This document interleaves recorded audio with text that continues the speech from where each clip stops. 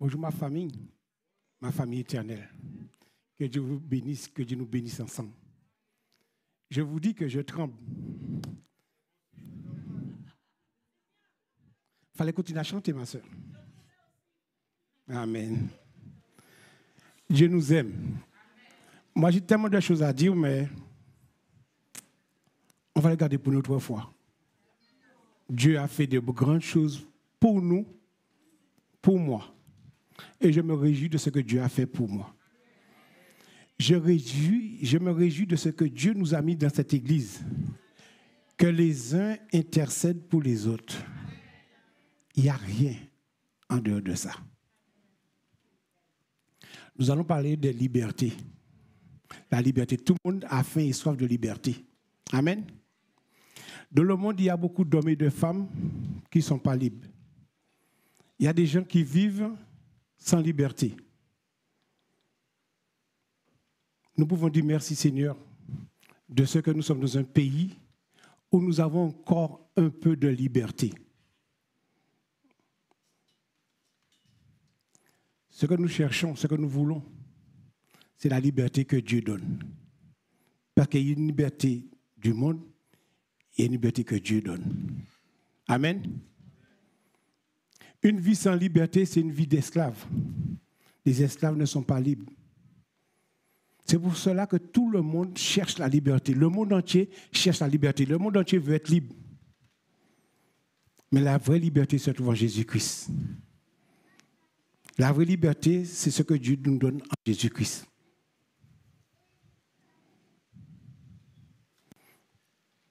Dans ce siècle où nous vivons, nous voyons autour de nous que tout le monde veut être libre pour faire ce qu'il veut, pour dire ce qu'il veut. Les gens, c'est moi, je. Ils veulent être libres de gérer leur vie comme ils l'entendent. Comme ils l'entendent. Ils veulent gérer leur vie d'une façon qui leur plaît. Mais il y a une seule liberté qui mène à la vie éternelle. Et c'est en Jésus-Christ qu'on la trouve. Il n'y a pas de liberté sans effusion de sang. Car c'est Jésus-Christ seul qui a été crucifié sous la croix pour nos péchés, pour nous libérer. Si nous pouvons dire que nous sommes libres, c'est parce que Jésus-Christ a été crucifié. Son sang a coulé pour nous donner la liberté. Mais cette liberté-là, c'est pas faire n'importe quoi avec. Hein? Amen. Dieu, il est grand et puissant. Dans la grandeur et la puissance de Dieu, il ne t'oblige pas à le suivre. Il ne t'oblige pas à faire ce que tu ne veux pas faire. Dieu, il est puissant, mais il te donne la liberté. Il te donne une liberté que le monde ne peut pas te donner. Amen. Si vous êtes là, vous dites Amen. Si vous n'êtes pas là, vous... Gloire à Dieu. Il ne t'oblige pas à faire, à le suivre. Il ne t'oblige pas à le suivre, à faire ce que tu ne veux pas faire. Et ce grand Dieu glorieux nous laisse le choix. Il nous donne le choix de choisir. Amen. Nous allons le lire dans Deutéronome 30, 19, 20.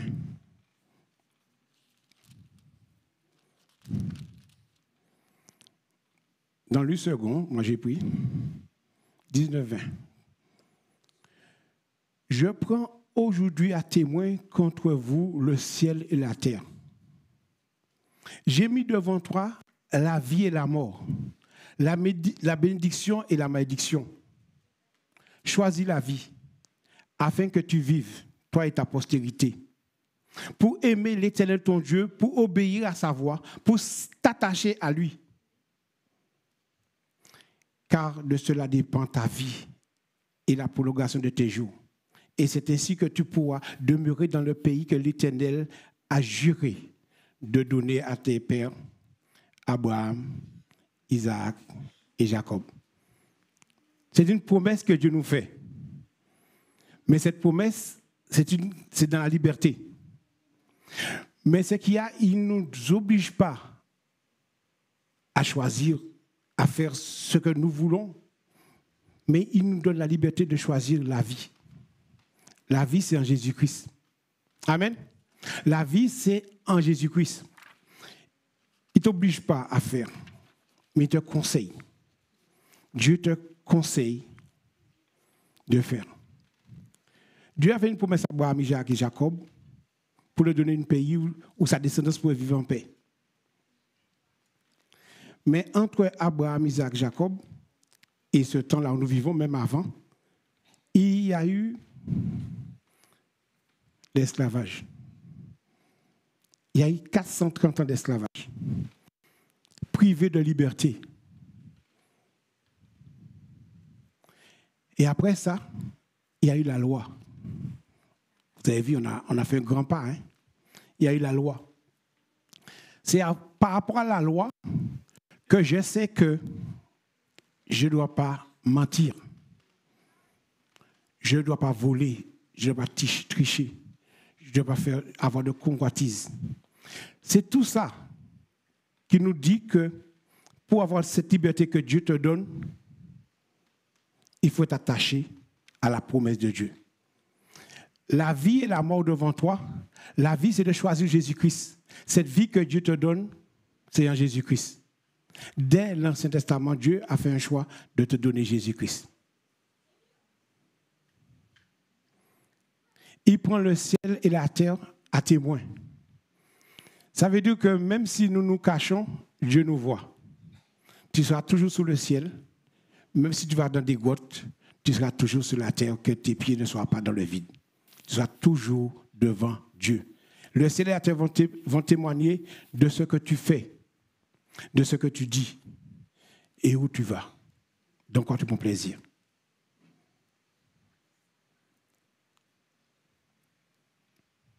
Il met devant toi, il met devant nous la vie et la mort.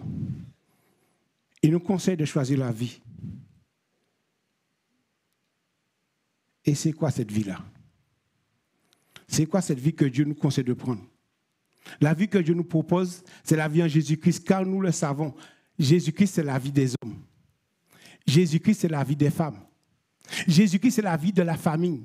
Si nous voulons que ça marche bien chez nous, nous devons avoir la vie en Jésus-Christ. Ne soyez pas timides. Nous devons avoir la vie en Jésus-Christ. Alléluia, j'aime ça. Que Dieu nous bénisse. Dieu, quand il est venu, quand il a dit ça à Moïse, il n'est pas venu à proposer une religion, mais il est venu donner son fils. Les hommes, les femmes veulent être libres pour faire ce qu'ils veulent. Ils prennent des religions. Ils ont de toutes sortes de religions. Même des fois des religions qui ne glorifient pas Dieu. Amen. Il y a des religions qui ne glorifient pas Dieu. Dans le monde où nous vivons, on appelle ça des sectes. Mais c'est ne pas avoir Jésus-Christ en premier, c'est des sectes. Mettre quelqu'un d'autre, c'est des sectes. Écoutez bien. Il nous est dit que si quelqu'un d'autre vient vous amener un autre évangile que celui que vous avez appris. Si un ange du ciel vient, un ange du ciel, ça vous connaissez, vous savez de quoi je parle, un ange du ciel vient t'apporter un livre qui tombe du ciel, il n'y a pas Jésus-Christ dedans, ça ne vient pas de Dieu. Il faut que nous soyons juste attachés à ce Dieu d'amour, ce Dieu vrai.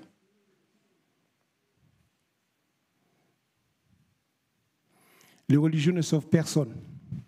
Assis dans une salle pour adorer qui que ce soit, quoi que ce soit, ça ne sauve personne. Mais c'est Jésus qui sauve. Il a donné son Fils pour le salut de quiconque croit. Les hommes se sont attachés à des organisations bizarres pour chercher la liberté qu'ils n'auront jamais. Ils cherchent une liberté qu'ils n'auront jamais.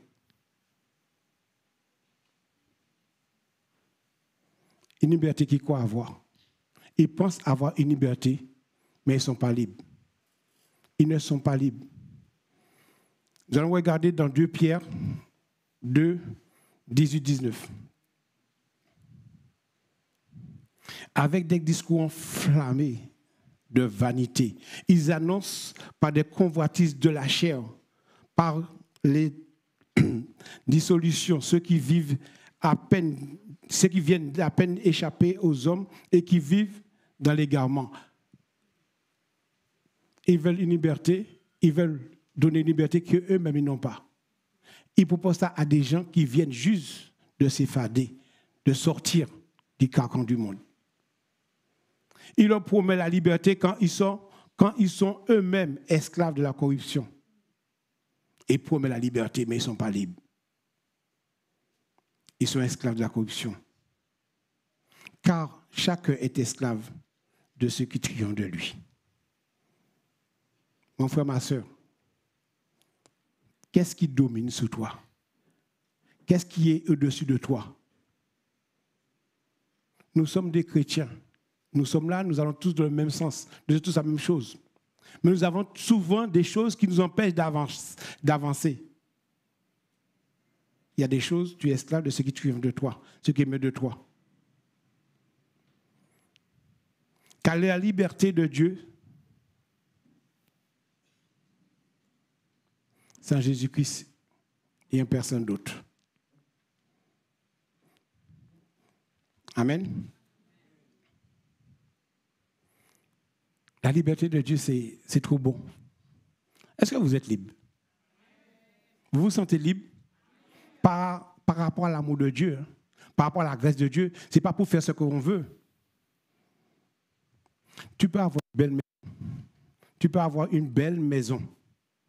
Tu peux avoir une belle voiture. Tu peux avoir un bateau aussi. Hein? Tu peux avoir des bateaux. Ça n'empêche pas. Mais tout cela ne te donne pas la liberté. Parce qu'ils ne peuvent pas. Mais il y a une chose. Tu seras esclave de ces choses-là. J'étais chez un transporteur. Il transporte des voitures. J'ai vu une BM passer. Mon frère dit. Une BM passer. C'était une Big Mama BM. Hein. C'était vraiment immense. Et était vraiment belle la voiture. J'ai demandé au monsieur, c'est combien ça à peu près? Oui, je ne sais pas, je ne vais pas l'acheter ça. À peu près. Vous savez ce qu'il m'a dit? 270 000 € la voiture. Hein? Avec les roues. 270 000 €. Il m'a dit qu'il y a plus cher. Il y a une Mercedes avec de l'or dedans qui fait de 310 000 €. Ces gens-là, quand ils ont une belle voiture, ils sont esclaves de ça. Je ne sais pas si vous avez déjà remarqué, des fois vous allez à Carrefour, il y a des voitures qui sont garées jusque là-bas. Le mec, il fait 200, 300 mètres à pied, parce que si quelqu'un vient se garer à côté, ah frère, désolé, mais ça fait mal. Hein? Ils sont esclaves de ces choses-là. Ils les ont, mais ils sont esclaves. Ce n'est pas cette liberté-là que Dieu nous donne. Dieu ne veut pas que tu sois libre comme ça. Tu sois toujours esclave des choses. Non, non, Dieu ne veut pas de ça. Alléluia. Jésus, fais-nous grâce éternelle. «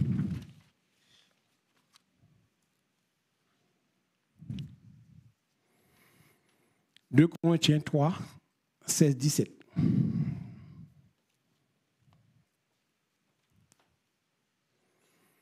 Mais lorsque les cœurs se convertissent au Seigneur, le voile du mensonge est enlevé. Quand on se convertit dans le Seigneur, tout ça c'est du mensonge. Le matérialisme, c'est du mensonge. L'apparence, c'est du mensonge. Quand le cœur se convertit réellement en Jésus-Christ, le voile est ôté. Or, le Seigneur, c'est l'Esprit, le Saint-Esprit, j'ai entendu ça tout à l'heure. Et là où il y a l'Esprit du Seigneur, là est la liberté. C'est cette liberté-là que Dieu veut que ses enfants aient. C'est cette liberté-là que Dieu veut que ses enfants aient. C'est ça la liberté. Il n'y a pas de plus grande liberté que d'avoir le Saint-Esprit en soi. Être conduit par l'Esprit de Dieu. Faire la volonté de ton Créateur, de ton Père. Demeurons fermes. Ne nous laissons pas asservis choses du monde. Car les choses du monde, il y a des belles choses dedans. Hein. On ne va pas se mentir. Hein. Il y a des belles choses dans le monde. Tu peux avoir ce que tu as, mais ne te laisse pas dominer par ces choses-là. Ne te laisse pas envahir par l'esprit de ces choses-là. Si le Fils vous a franchi, si le Fils nous a franchis, si le Fils t'a franchi, tu seras réellement libre. Une liberté que les hommes ne peuvent pas donner. On parle de liberté. La liberté de l'esprit, la liberté de l'âme, la liberté de la vie. Si ton âme est libre, tu es un homme, une femme libérée, une femme, un homme joyeux, une femme joyeuse. Non, j'ai déjà entendu, une personne a dit Amen. Si tu as la liberté de l'âme, la liberté de l'esprit, la liberté de la vie, tu es une femme, tu es un homme, tu es une femme libre. Amen. J'aime ça quand vous êtes là. C'est Dieu qui nous libère et nous ne sommes pas libérés par les choses du monde. Ils ne peuvent pas donner la liberté, mais Dieu donne la liberté. Galates 5.1, c'est pour la liberté que Christ nous a affranchis. Demeurons donc fermes et ne vous laissez pas mettre de nouveau le joug de la servitude.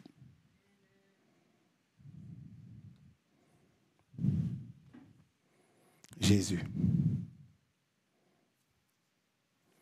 Les gens du monde qui ne connaissent pas Jésus-Christ ont l'apparence de la liberté. Mais ce n'est pas pour cette liberté que Dieu nous appelle.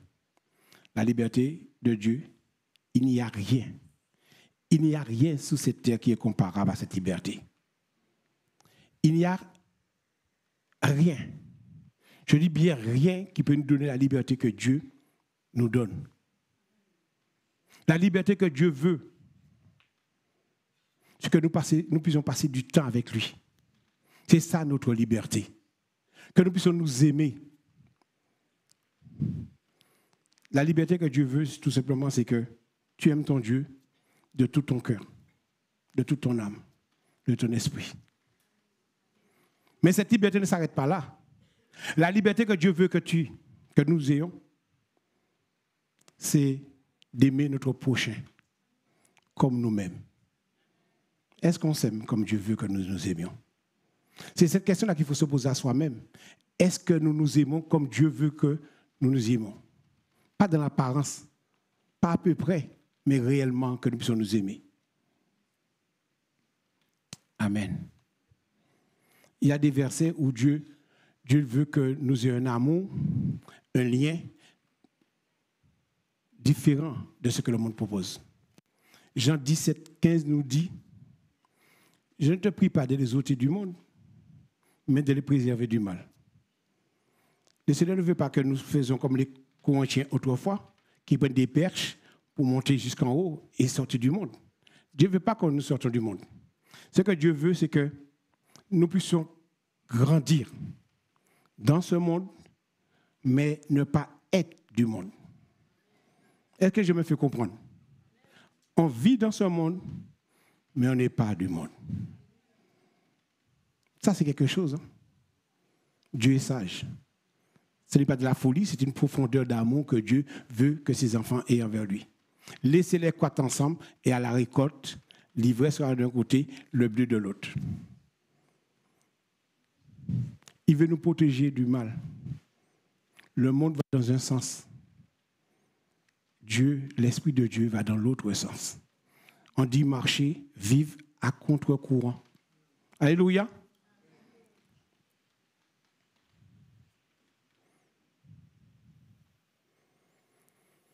Pour ceux qui n'ont pas choisi la vie, c'est-à-dire Jésus-Christ, dans ce monde où nous vivons, hein, qui n'ont pas encore choisi, je dis bien qu'ils n'ont pas encore choisi, il y a une paix. Et pourtant, Dieu nous dit dans sa parole, on va le lire.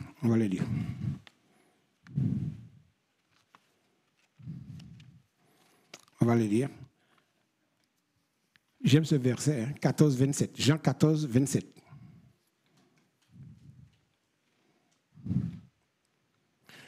Je vous laisse la paix. Je vous donne ma paix. Je ne vous donne pas la paix comme le monde donne. Parce que le monde donne une espèce de paix.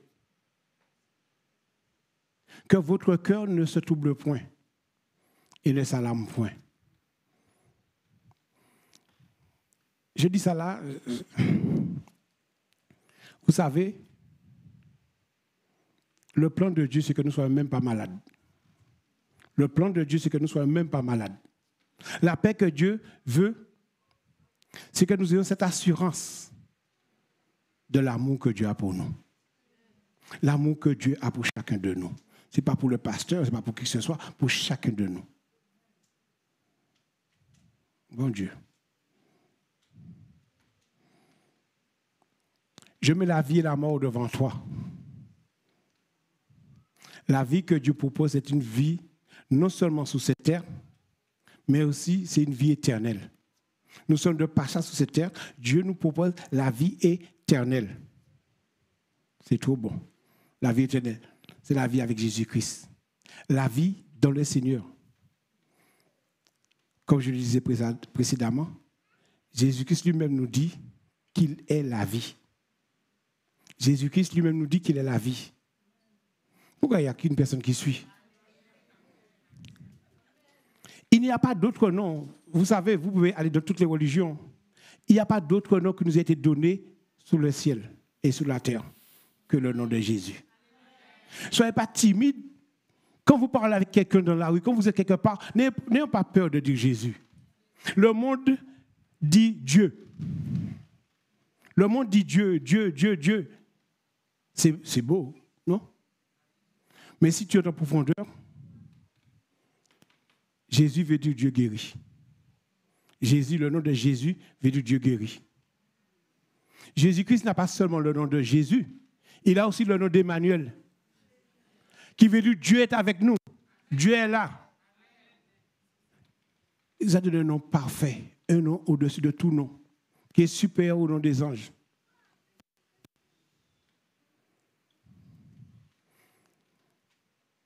Jésus-Christ nous dit qu'il est la vie.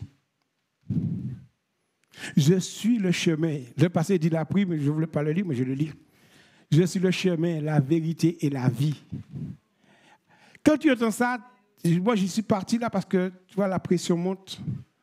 Et tu entends le frère dire ça, tu dis, Saint-Esprit, c'est vraiment ça, mon Dieu, c'est vraiment ça, tu es content, mais il y a toujours la pression.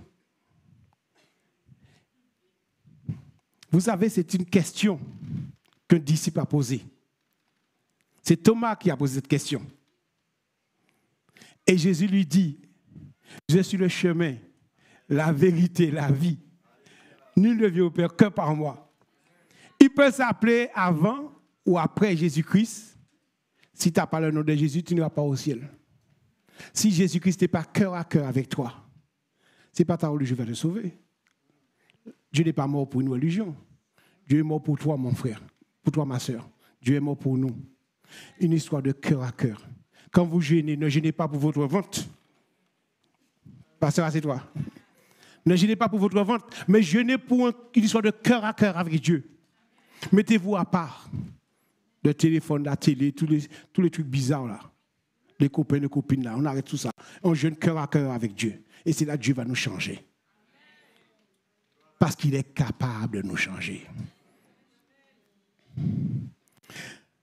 C'est Thomas qui a posé la question. Mais Thomas pose que des bonnes questions. Thomas dit que des bonnes choses. Pourtant, on dit, ouais, tu es comme Saint Thomas. Tu veux voir pourquoi. Alléluia. Mais Thomas pose des bonnes questions aussi.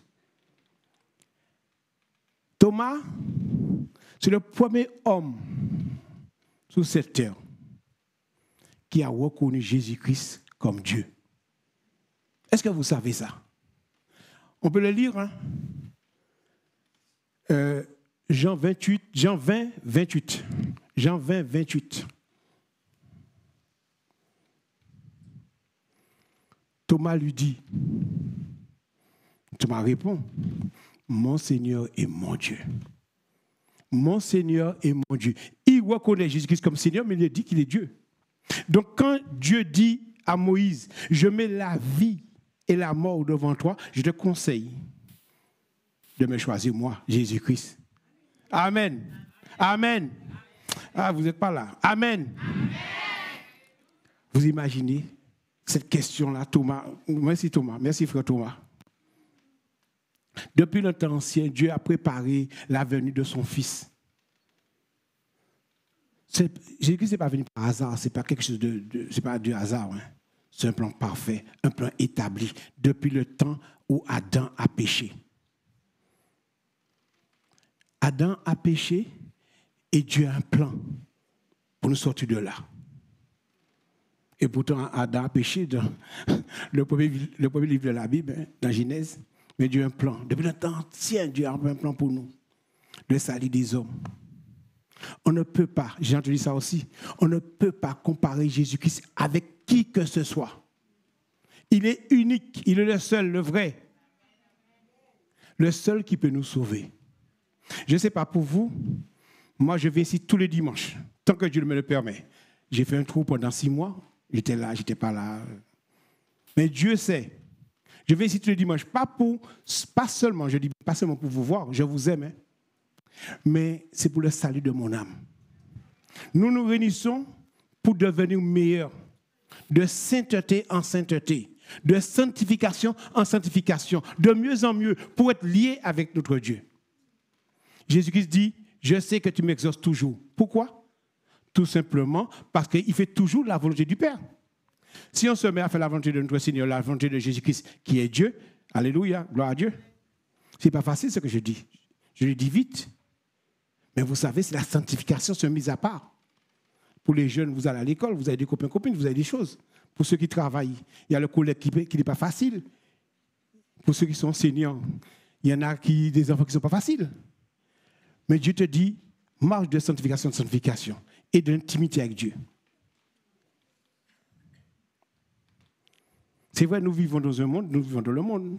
Comme je l'ai dit précédemment, nous ne sommes pas du monde. Tu peux travailler matin, midi et soir. Tu peux travailler 24/24, pour subvenir à tes besoins. Nous avons des besoins. On doit vivre pendant notre temps sur cette terre. On a besoin d'argent pour payer nos impôts.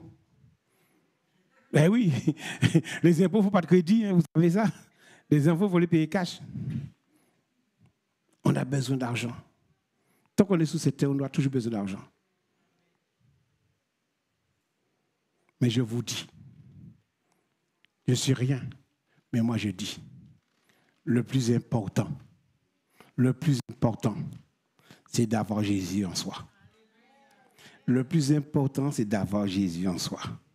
Mon frère, ma soeur, quand tu as Jésus en toi, ça ne veut pas dire qu'il n'y a pas de souffrance, ça ne veut pas dire qu'il n'y a pas de tentation, ça ne veut pas dire qu'il n'y a pas de problème. Mais quand tu as Jésus en toi, tu passes des problèmes après problèmes, tu avances. Et à force que tu vas passer des problèmes, le diable fuira loin de toi. C'est biblique.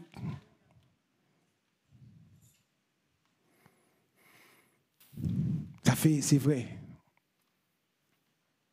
Comme j'ai dit tout à l'heure, depuis la Genèse, tout le temps, je mets la vie et la mort par de Jésus-Christ. Ésaïe, le prophète Ésaïe, est venu plus de 700 ans avant Jésus-Christ. Plus de 700 ans avant Jésus-Christ. Mais il a tellement bien parlé de Jésus-Christ qu'on dit que le livre d'Ésaïe, c'est le premier des évangiles. Il y a 4 évangiles. Ésaïe entre parenthèses. Le prophète Ésaïe nous dit dans Ésaïe 7, 14,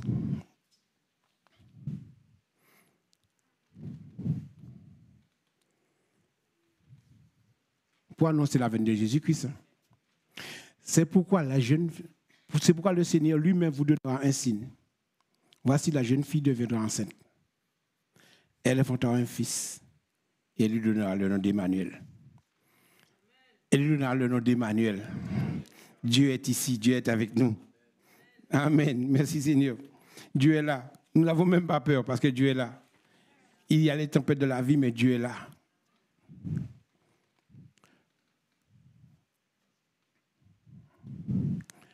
Le nom de Jésus guérit.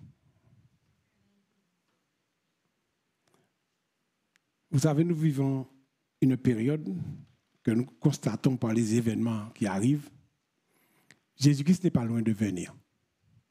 Il dit que lui-même ne connaît pas ni le jour, ni l'heure, ni l'année, ni le siècle, que le Père a décidé ça de lui-même.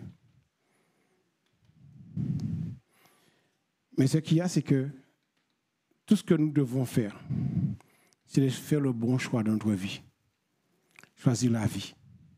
La vie, c'est Jésus-Christ. Amen. Nous avons un Dieu tellement capable. Franchement, moi, là, ça va mieux. Je vous dis, ça va mieux maintenant. Nous avons un Dieu tellement capable. Notre Dieu est capable de ressusciter des morts. Qu'est-ce que Dieu ne peut pas faire pour toi, pour moi, ma soeur? Rien n'est impossible à Dieu. Il est capable de ressusciter les morts, de donner la vie. C'est lui que Dieu nous a donné comme sauveur. Nous avons un seul sauveur. L'humanité a un seul sauveur. C'est Jésus-Christ. L'homme a péché et il a été privé d'être à côté de son Créateur. Le lien s'est brisé. Ce matin avec Chichine, on a partagé ça ce matin. L'homme est privé de l'intimité avec son Créateur. Mais quand l'homme a choisi la vie, qui est Jésus-Christ, le second Adam, ce qu'il a fait, c'est qu'il a rétabli ce lien. Nous pouvons nous approcher de ce Dieu grand et glorieux sans crainte. Je répète, ce Dieu grand et glorieux, nous pouvons nous approcher de Jésus-Christ sans crainte. Salut frère Olivier. Nous pouvons nous approcher sans crainte, sans peur. Car le voile était déchiré. Il n'y a plus de séparation.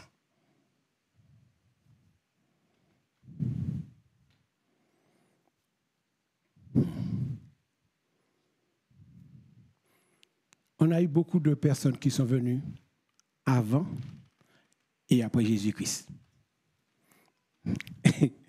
Mais personne, je dis bien personne, n'a jamais dit « Je suis la vie et la résurrection ».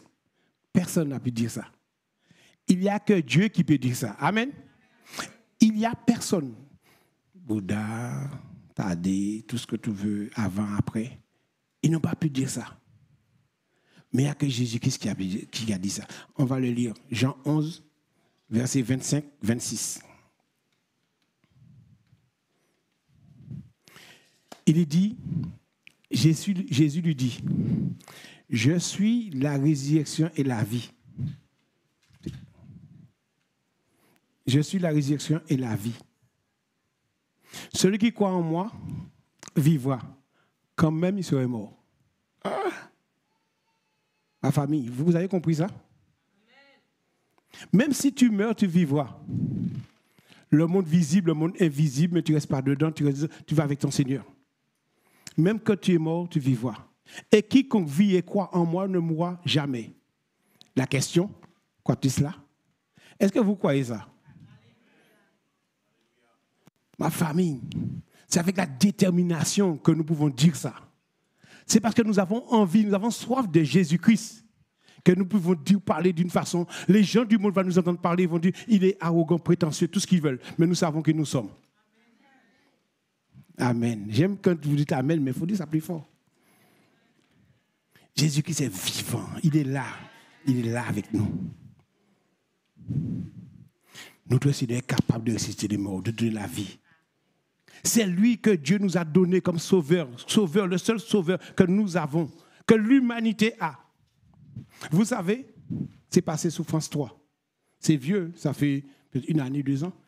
Un monsieur avec des plumes de poule avait écrit « Jésus, sauveur de l'humanité ». Je ne sais pas qui a vu ça aux infos. Le monsieur écrit ça dans son champ, avec les plumes de ses poules. Et l'État français a dit « Non, faut enlever ça ». Pour eux, c'est un problème. Mais pour nous, nous savons que c'est Dieu qui nous a donné Jésus-Christ. Et même si le monde n'est pas encore au courant, mais c'est lui le sauveur. Nous le savons. Nous sommes juste un peu en avance par rapport à certaines personnes. Jésus. L'homme a péché. Hein. Nous sommes des pécheurs. On vient de là. Et nous avons été privés de l'intimité. Mais Dieu avait un plan parfait. Un plan parfait, sans tâche. Ce plan-là se trouve en Jésus-Christ, notre Seigneur. C'est Jésus-Christ seul qui donne la liberté. Cette liberté, ça dépend de ce que tu fais avec cette liberté. Est-ce qu'avec cette liberté-là, tu gardes cette liberté et tu joues à l'esprit de timidité? Mais nous n'avons pas reçu ça. Nous, en jouant avec la honte, on a honte de parler de Jésus-Christ. Dieu ne nous a pas donné ça. Si vous avez honte de moi, j'ai honte de vous devant les anges de mon Père. Vous n'avez pas reçu un esprit de timidité, mais de force, d'amour et de sagesse. C'est ce que Dieu nous donne. Dieu nous aime. Nous l'avons dans le verset le plus connu de la Bible, Jean 3,16. Le verset le plus connu de la monde. Car Dieu a tant aimé le monde qu'il a donné son Fils unique, afin que quiconque croit lui ne périsse pas, mais qu'il ait la vie éternelle. Qu'il ne meure pas. C'est cet amour-là que nous pouvons dire que moi, personnellement, j'aime Dieu. Parce que Dieu m'a aimé avant. Je peux regarder pour dire à n'importe qui, j'aime Jésus-Christ. Parce qu'il m'a aimé avant. J'étais un bras cassé, j'étais comme j'étais. Mais il est mort encore pour mes péchés.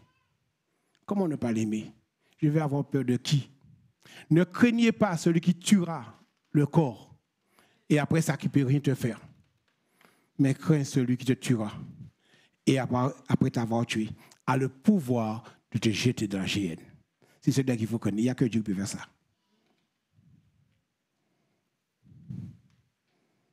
C'est pour cela que Dieu te dit encore, je mets la vie de l'amour. Je mets devant toi la vie éternelle. Il te dit de choisir Jésus-Christ qui est capable de te donner tout cela. La vie de l'amour, la vie éternelle.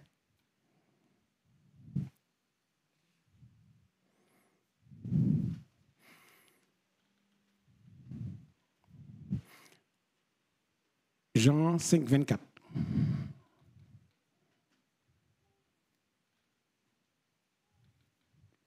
En vérité, je vous le dis, celui qui écoute ma parole et qui croit à celui qui m'a envoyé, a la vie éternelle.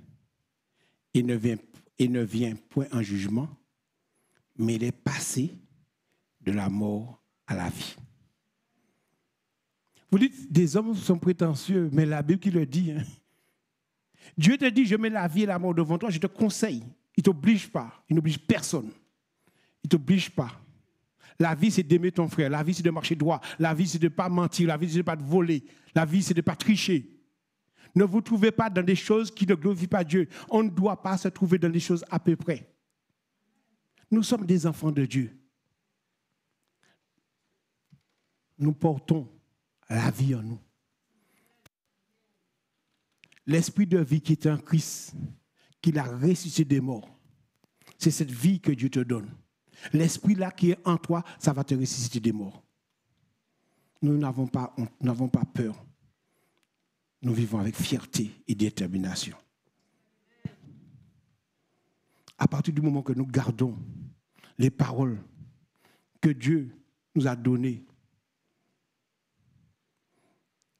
la mort, ça touche des gens, ça nous touche. Nous avons des sœurs ici, des frères ici. Mais même pas peur. Il nous dit, nous savons là où ils sont partis. Ils nous ont juste précédés de la gloire de Dieu. Jésus.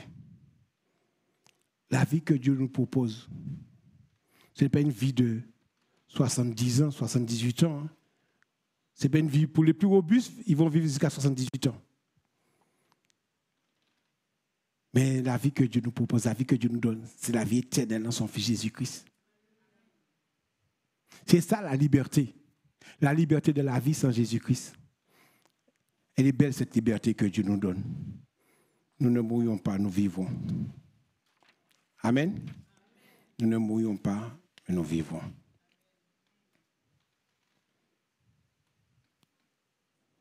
Une vie éternelle est une vie dans le ciel. Une vie éternelle est une vie dans le ciel, auprès de notre Père éternel, auprès de notre Créateur. C'est une vie éternelle. Vous le croyez, ça? Mais dites Amen, dites ça, vous devrez. Nous avons Hébreux 13, 14 qui nous dit que nous n'avons pas de cité permanente sous cette terre. Mais nous attendons, mais nous cherchons celle qui est à venir. Nous n'avons pas de cité permanente, nous n'avons pas de maison permanente sous cette terre. Mais nous attendons, nous cherchons, nous voulons celle qui est à venir, celle qui est à venir dans le ciel. Car Christ nous dit qu'il est parti nous préparer une place. Christ est parti nous préparer une place. Ce n'est pas les hommes qui vont nous préparer une place.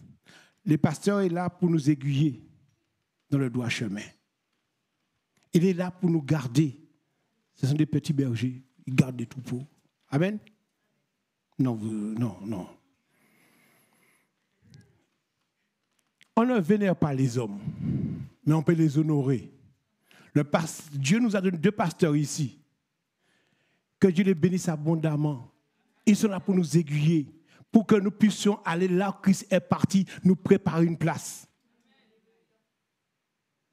Préparer une place, c'est que ce n'était pas fait, mais il va le faire pour nous.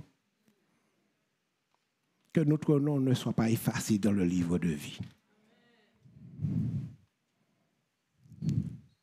Selon le verset Éphésiens 3, 11, 12.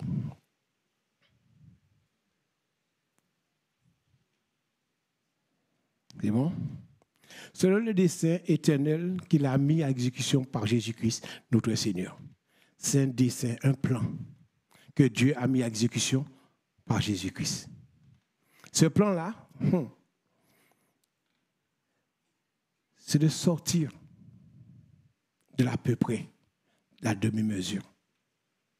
Parce que souvent, nous sommes des chrétiens, nous sommes légers. On doit être ferme et déterminé. C'est notre vie. Amen. C'est notre vie. En qui nous avons, par la foi en lui, la liberté de nous approcher de Dieu avec confiance. C'est beau. En lui, nous avons la foi, l'espérance, l'amour de nous approcher de notre Créateur avec confiance. Nous avons confiance en Dieu. J'ai confiance en Dieu. Tu peux avoir confiance en ta femme, en ton mari, en tes enfants. Tu peux avoir confiance aux voisins, etc., etc. Mais il y a une confiance que Dieu te demande d'avoir en lui. Parce que lui, ce n'est pas un homme pour mentir. Il ne trompe personne. Il ne parle pas dans le vide. Ce qu'il dit est fondé et réel. Pour finir, je suis content, j'arrive toujours dans les temps. Merci Seigneur, tu es bon avec moi. Et pitié.